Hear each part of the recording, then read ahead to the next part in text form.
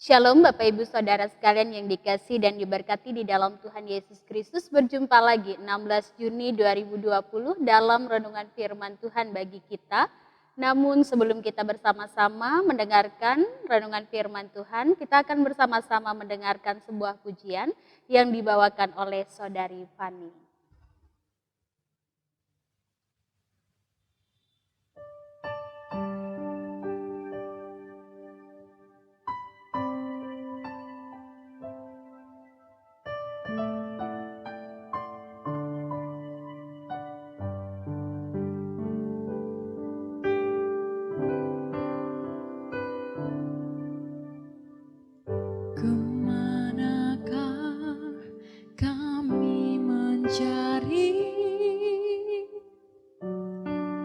Kasih sejati,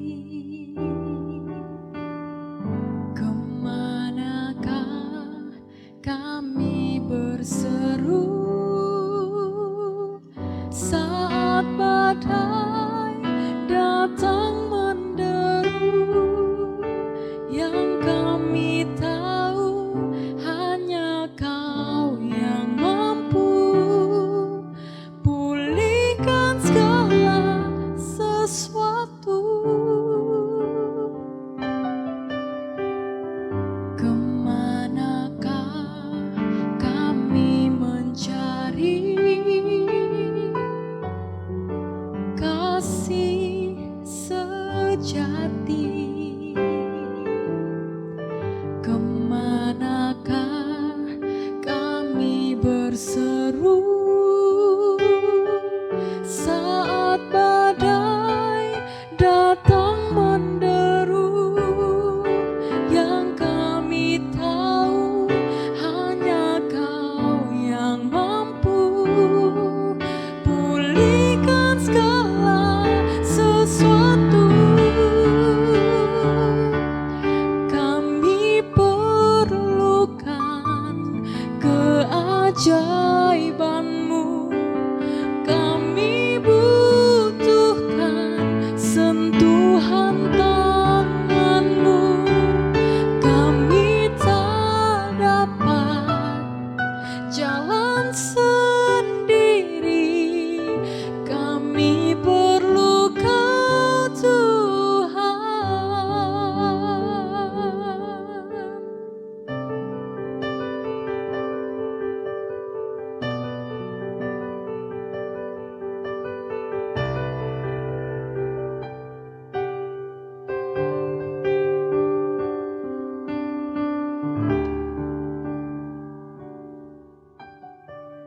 Kemanakah kami mencari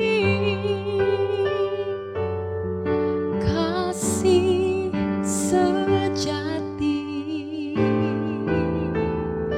kemanakah kami berseru saat badai datang menderu, yang kami tahu hanya Kau yang mampu memulihkan segala sesuatu.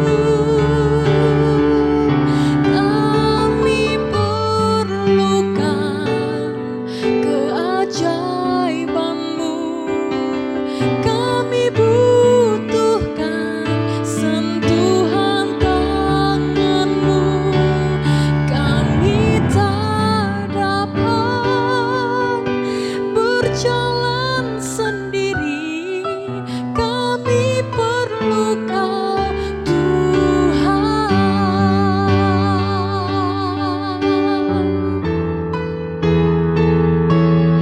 Kami perlu Kau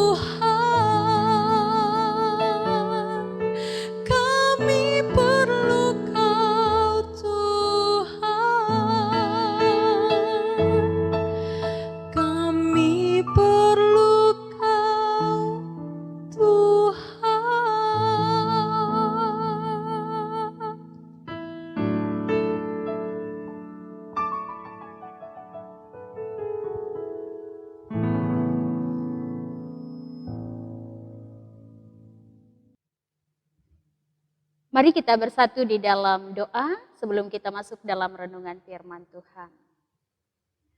Firman-Mu adalah pelita bagi kaki kami dan terang bagi jalan kami ya Tuhan.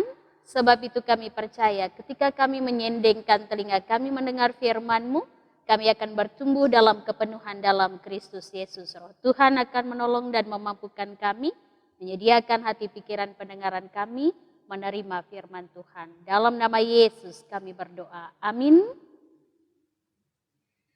Hari ini 16 Juni 2020 kita bersama-sama merenungkan firman Tuhan dari 2 Tesalonika pasal yang kedua ayat yang ke-13 sampai pasal yang ketiga ayat yang kelima. Firman Tuhan bagi kita dengan dua perikop. Perikop yang pertama dipilih untuk diselamatkan dan perikop yang kedua berdoa dan bekerja. Bapak Ibu Saudara sekalian, kita seringkali mendengar istilah di kalangan anak muda ataupun kita orang dewasa lainnya. Ada istilah yang disebut PHP. PHP adalah sebuah singkatan yang berarti pemberi harapan palsu. Mengapa istilah ini kemudian muncul dalam kalangan anak-anak muda atau kita orang-orang dewasa yang kemudian seringkali dalam bahasa sehari-hari bisa kemudian muncul dan diucapkan. Alasannya adalah karena dalam perjalanan kehidupan kita, seringkali orang berjanji atau kita berjanji, tapi kita seringkali pula mengingkari janji yang kemudian kita ucapkan. Atau seringkali kita ditempatkan menjadi orang yang dipilih karena kualitas dan kuantitas kita, tapi pada akhirnya dalam keterpilihan kita sebagai yang terbaik, tidak jarang kemudian kita mengecewakan orang lain. Mari kita melihat tentang kemudian kata pemberi harapan palsu ini. Menjadi kemudian sebuah kata yang sering kali muncul untuk mengawali perenungan firman Tuhan bagi kita pada saat ini. Paulus, Silvanus, dan juga Timotius berbicara tentang kemudian jaminan bagi setiap orang untuk menerima yang namanya janji dari Allah, janji yang sesungguhnya yang benar-benar diwujud nyatakan dalam kehidupan umat. Namun sebelumnya mari kita satu persatu untuk melihat kebenaran firman Tuhan ini dan merenungkannya. Yang pertama, ada sebuah kesadaran yang dimunculkan oleh Paulus, Silvanus, dan Timotius kepada jemaat di Tesalonika. Yang kemudian dimunculkan mereka pertama kali adalah setiap umat Tuhan memiliki yang namanya hak istimewa atau memiliki sesuatu yang luar biasa dalam kehidupan umat, yakni dipilih oleh Allah. Dipilih oleh Allah. Allah memilih kemudian untuk menyelamatkan dalam roh dari pemberitaan Injil yang dilakukan. Dipilih berarti kemudian harusnya jangan memberi harapan palsu yang berarti orang-orang yang dipilih oleh Allah harusnya kemudian tidak mengecewakan. Bagaimana caranya? Bapak Ibu Saudara sekalian, caranya adalah ketika kita ini disebut sebagai anak Allah, maka harusnya kemudian kita hidup bagaimana anak-anak Allah itu hidup. Kalau Allah penuh kasih berarti kita penuh kasih. Kalau Allah pemurah maka kita juga pemurah. Kalau Allah pemberi maka kita juga sama sebagai pemberi. Ketika Allah penuh dengan kebaikan, yang penuh dengan kebaikan juga muncul dalam diri kita. Maka sifat-sifat kebajikan Allah harusnya diwariskan dengan diri kita sebagai anak Allah. Anak Allah berarti harus hidup seperti kemudian Allah dalam kehidupan kita dikenal oleh kita melewati firman Tuhan. Saya mengutip Filipi pasal yang ketiga ayat yang ke-20. Paulus menyebut kepada jemaat di Filipi, warga negara kita sekalipun tinggal di dunia adalah warga negara surga. Yang berarti fokus hidup kita adalah seperti bagaimana seorang warga negara surga hidup di tengah-tengah dunia ini. Dan 1 Yohanes pasal yang kedua ayat yang ke-6 di sana menyebutkan bagi kita semua juga sebuah kebenaran firman Tuhan, sama seperti Kristus hidup, seperti itu kita juga harus hidup di tengah-tengah dunia ini. Jadi pertama, Paulus, Silvanus, dan Timotius mengatakan kepada jemaat di Tesalonika melewati firman Tuhan ini, kalau Anda mendapat hak istimewa dipilih oleh Allah, maka seyogianya kemudian hiduplah sebagai anak-anak Allah yang telah diselamatkan, hidup dalam roh bukan dalam manusia lama yang dipenuhi dengan keinginan daging. Itu yang pertama. Yang kedua adalah bagaimana cara mempertahankan hak istimewa yang dipilih diselamatkan karena pemberitaan Injil ini. Firman ini menyebutkan setidaknya ada 5 hal Bapak Ibu Saudara sekalian. Pertama adalah orang yang dipilih oleh Allah, umat yang dikuduskan, anak-anak Allah ini harus berdiri teguh dan berpegang pada seluruh pengajaran yang diterima. Ini adalah dasar hidup menjalani hari-hari. Artinya adalah kalau dia berdiri dan berpegang teguh pada pengajaran, maka seyogianya hidup kita ini berpatokan pada tiap kebenaran firman. Hal praktis saja, saya mengambil contoh dalam kehidupan keseharian kita untuk menjelaskan ayat yang ke-15 dari pasal yang kedua. Kita hidup melakukan tiap kehendak Tuhan. Anda adalah seorang ayah atau suami, maka Anda harus melakukan pekerjaan, tugas, tanggung jawab peranan, pemimpin keluarga yang mencerminkan kehendak Allah dalam tugas dan kewajiban. Jika Anda seorang istri atau seorang ibu, Anda harus melayani dengan baik sesuai dengan tugas dan kewajiban seorang istri atau ibu.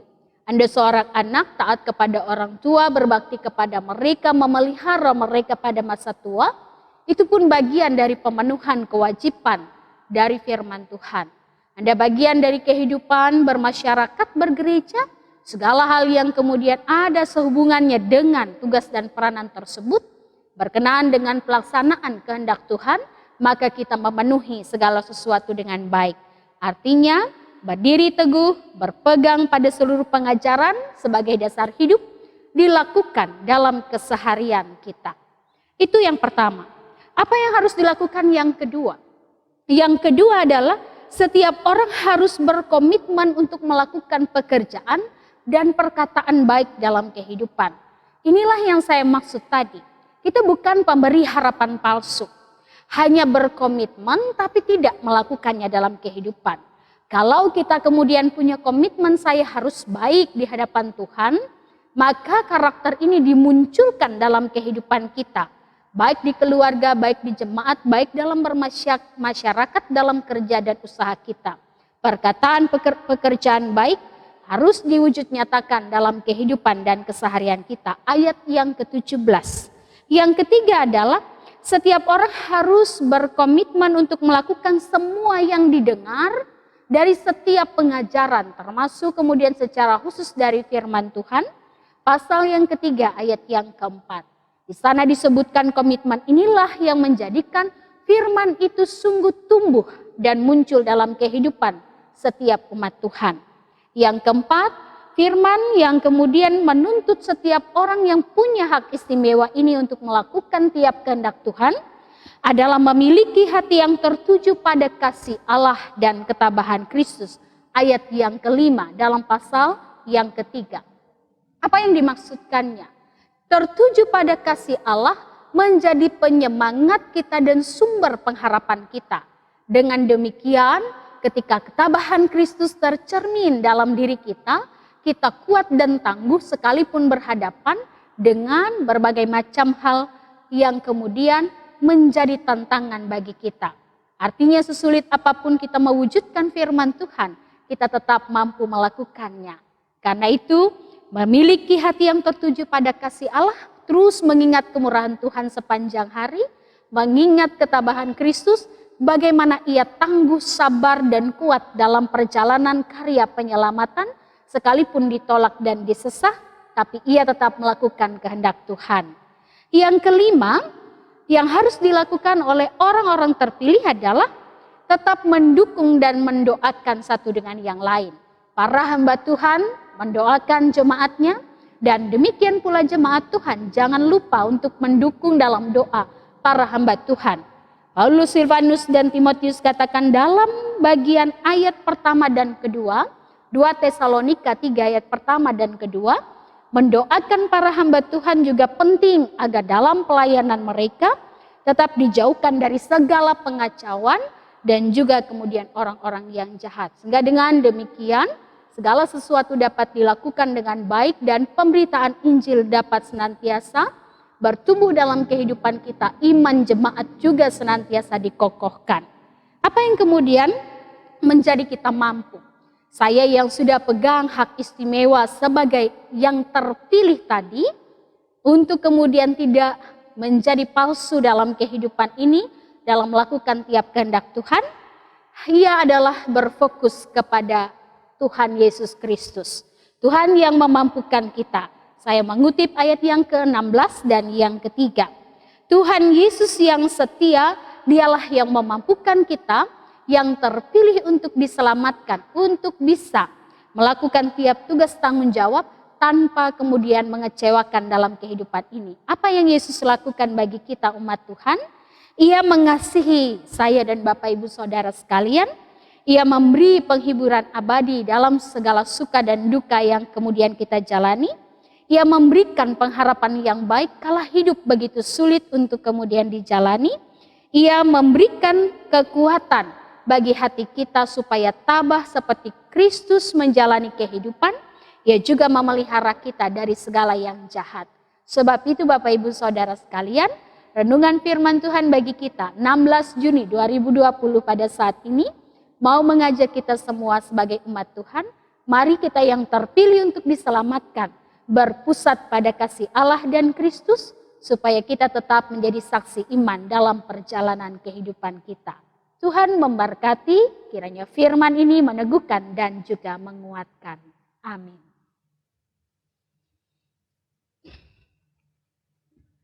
Mari kita bersatu di dalam doa. Terima kasih Allah Bapa yang baik, Allah yang pemurah, sebab Engkau memberikan kesempatan bagi kami untuk mendengar firman Tuhan. Teguhkan kami ya Tuhan di hari yang ke-16 di bulan Juni pertengahan tahun 2020 ini, agar kami tetap kuat dalam iman dan pengharapan, hingga kami tetap percaya Tuhan ada dalam hari-hari dan perjuangan kami.